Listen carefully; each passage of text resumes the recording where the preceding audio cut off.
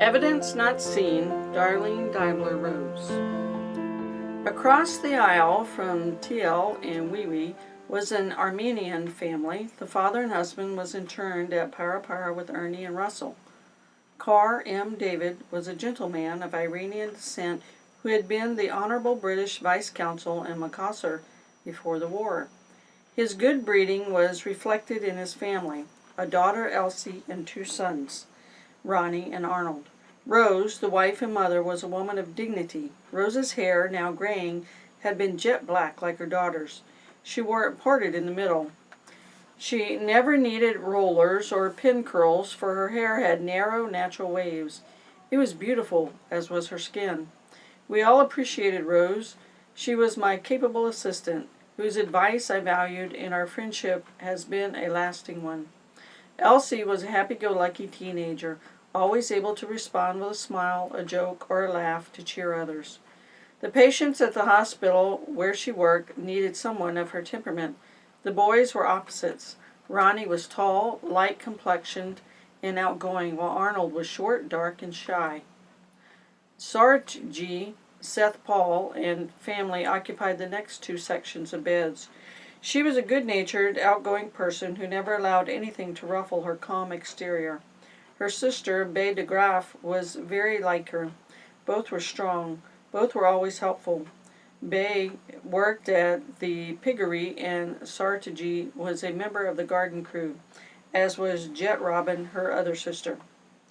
Oma de Graaf, mother of Sartji, Bae, and Jet, was Minadanesi and continued to dress in the traditional, very comfortable sarong and overblouse.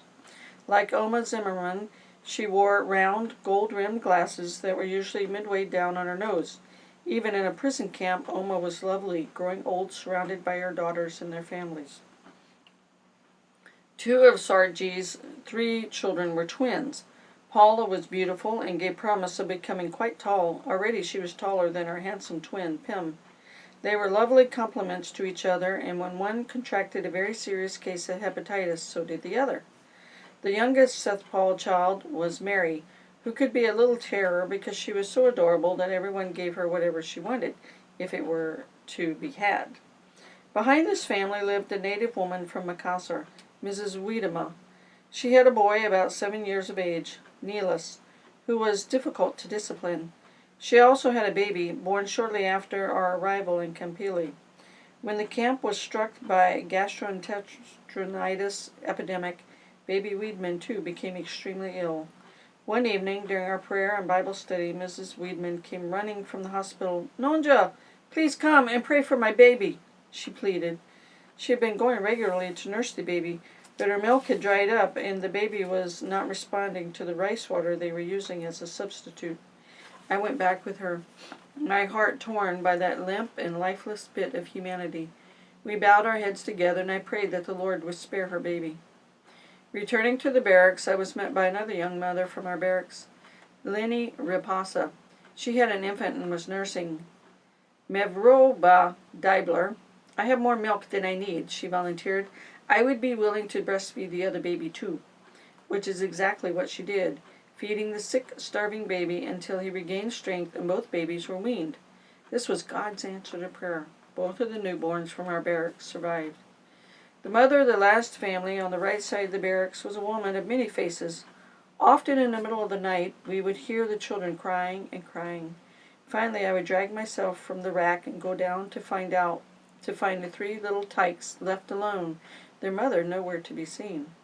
One would have awakened and found the mother gone, and his or her crying would have awakened the other two, who joined in. Not once, but many nights this happened. Once, when I checked on the children and discovered that they were covered with their own filth, they had defecated in their beds and rolled in it, I was furious. I suspected the woman was with one of the Japanese officers. Her stock excuse that she was sick and had been in the WC tank. Stank. That night I waited for her. By the time she sneaked through the door, I had a full head of steam on. It was bad enough to miss my own sleep with the workload of tomorrow facing me, but I was most incensed at the neglect of those little children. I addressed her in no uncertain terms and informed her that I would have to report this infraction of the rules to Mr. Jamaji. She was as congenial as if I had been telling her what a lovely night it was. Her response was, "Yes, I can see you have to do that." I was totally deflated. How do you fight someone who lies down and says, "You win, I'm dead"? That was one face I hadn't seen before. I'd never asked her help, but what she hadn't gone the second mile. "Is there anything else I can do to help you?" Another face. When she was there, she was a good mother. The little ones loved her. The next night she went off again. This time I felt something had to be done, for the sake of the children and of others whose sleep was disturbed. I was sure she wouldn't be hurt, but I wanted to register my disgust and protest. I hoped the camp commander would be ashamed and not see her again. At roll call, I told him I wished to see him when he was finished. We walked to the back of the barracks together. The whole affair was a slapstick comedy. This woman has not adhered to camp rules to be in quarters after lights out. Her children are abandoned during the night, leaving the responsibility to others in the barracks. This has occurred numerous times. Yamaji pretended to speak harshly to her, swatted her across the backside with his cane, and ordered her to stay in the barracks. She said she would, and grinned at him, because she knew that I knew where she went at night, to his quarters. When this woman was taken to the hospital ill with hepatitis, Ruth Presswood, the compassionate nurse, went into the last tier of racks and cleared out the whole area, digging out the dirt floor where the children had urinated and done their bowel movements. The smell alone was enough to knock you over. She washed everything down and bathed the children. It was a mystery to the rest of us how in the world such winsome, good, tractable children could have belonged to that woman, and how she could have endangered their future happiness if she really cared for them. As I said, she was a woman of many faces. I felt great pity, not only for the children, but also for the mother. Some day, God willing, the war would end. What then? Perhaps the fact that there were those who would sell themselves for special favors spared the rest of the women from being molested. Some were quite beautiful. It was hard to understand the psychology that motivated a woman to willingly become the camp pariah. It was a standard of value that overwhelmed the rest of us. I learned why the woman being taken to Molino had protested so vociferously while we were still imprisoned at Bintentangi. She had been living with the Japanese and hadn't wanted to face the other Dutch women. On the left side of the barrack lived a Jewish family. The mother's name was Rachel. She had 5 children, 2 girls and 3 boys. Mr. Meshmore had been a merchant in Makassar. 4 children were in the camp with us, but the oldest son, Raymond, had been taken to Parapara with the men.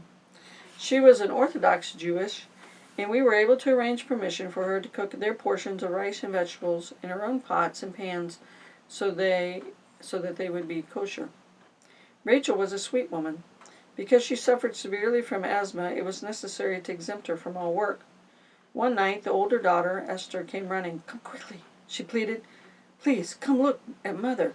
I ran down at the end of the barracks and saw that Rachel was gasping and fighting for breath. I immediately sent for others to help me carry her to the hospital, where she was given shots of some sort. We couldn't trust the supplies being brought in.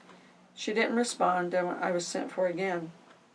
I ran into that long ward and knelt by her bed as she struggled against suffocation. "Rachel," I whispered, "we pray to the same God. I'm going to pray for you now."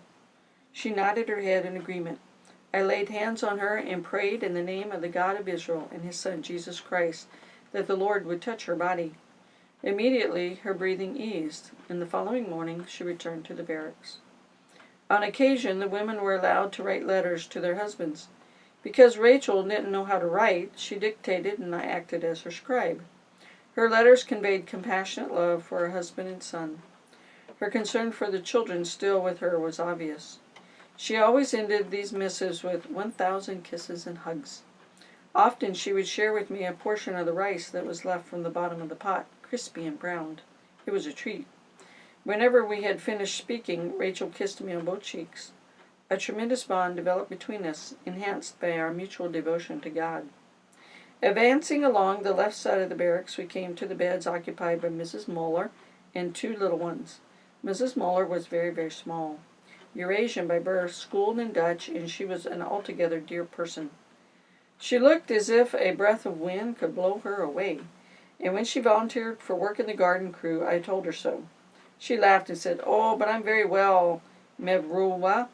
She was strong and cared well for her 2 children, who looked like tiny dolls. She must have been very happy in her marriage, and I never ceased to appreciate her optimism and cheerful countenance. Next to her were the 3 Chinese families from Makassar. All of them had been connected with the Chinese embassy. Mrs. Wang Taifeng was older and worked in the hospital kitchen. Her fine 16-year-old son lived in the house with Dr. Jaffrey. Both Mrs. Li Su Hawi and Mrs. Yo Pao Heng asked to work with the garden crew. It was an interesting picture to see Mrs. Li and Mrs. Yo, large hoes over their shoulders, leaving for the fields each morning, followed by their assorted cluster of 5 little girls, all wearing sun hats like their mothers. The Lees had been vibrant members of our Chinese church in Makassar. Next came 3 Armenian families. The husbands of all 3 households had been in the import-export business in Makassar and were now incarcerated in the civilian men's camp in Para. Sarah Paul, with her son, Freddie, and daughter, Dolly, had the block of beds next to Mrs. Wang. While in Molino, Dolly became very ill, and the doctor was sent for. His tests proved that her illness was indeed meningitis, as he had suspected. She became paralyzed from the waist down, and even though she recovered from the infection, she went into deep depression. It was not difficult to understand how traumatic it must have been for a pretty young girl like Dolly to find herself paralyzed and see her legs not developing as they should. I found instant rapport with Dolly and tried to see her often.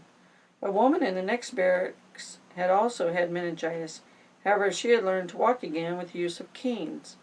Because their experiences had been similar, she took a vital interest in Dolly, suggested exercises, and encouraged her to believe that she too would recover the use of her legs. The 2 of them worked together as much as possible. With everyone in the barracks lending encouragement, Dolly progressed to the point where she could walk holding onto the ladders of the top sleeping racks, swinging first one leg, then the other. Dolly moved up and down the length of the barracks. With this remarkable improvement, her depression lifted. A wounded spirit and a broken body began to mend. Freddie, Dolly's junior by 2 years, was very good for her. He never treated her like an invalid. Their occasional disagreements were good therapy. Freddie was tall, like their mother, Sarah. When we needed another woman for the garden crew, Sarah volunteered.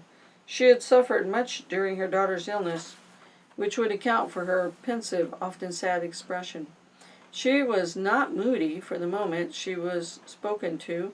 Her face lit up, and she responded. She must have been comforted often by Freddie and her concern for Dolly. There was a strong bond between them. Another family, also named Paul, occupied the next 2 beds, Lena and her daughter, Ivani. Lena's son, Robbie, was housed with the men. For whatever reason, the mother-daughter relationship seemed to have suffered. They needed each other very greatly, but somehow they appeared to have lost the ability to understand and communicate with one another. It was one of the unfortunate consequences of the splitting up of families during the war, made the more regrettable because both Lena and Bonnie were basically nice people. Initially, Lena had been a very large woman, but with the passage of time, there was less and less of her. She, like Sarah, worked with the garden crew. Next came Lucy Galstein, daughter Joyce, and son Irby. Every one of them had lovely, wavy brown hair. The beautiful hair seemed to be characteristic of the Armenians. Lucy was tall, and Joyce was going to be, while Irby was short, a fact that troubled him not a little. Lucy's mother, Oma Galston, had the bed next to her. Oma knit white socks for the officers, and Lucy belonged to the garden crew. There were frequent disputations between the 2 women revolving around how to raise Normie Galston, the 5th member of the family. He was Oma's grandson and Lucy's nephew. Whatever their recipe, I think the ingredients were correct, for with a full measure of Oma and several dashes of Lucy, Normie turned out to be a tall, garrulous, delightful, slightly bow-legged imp. Normie and Irby kept things interesting. When Normie ran out of ideas, Irby pulled a few out of his bag of tricks. Then we had another fine Eurasian family of 5 by the name of De Kaiser. There were 2 boys and 2 girls. Jan was the oldest. He was tall and quite thin. Carolina was fairly stocky, built very much like her mother. Both she and the younger sister had long brown hair that was always neatly braided and tied with ribbons. Carolina, who was about 17, chose to work at the piggery with others of her age group. Bertie, the younger son, always had a grin and a good word for everyone. He was cooperative and helpful to his family. Mrs. De Kaiser was on the staff at the central kitchen. She was quiet, very proud of her family, and an altogether fine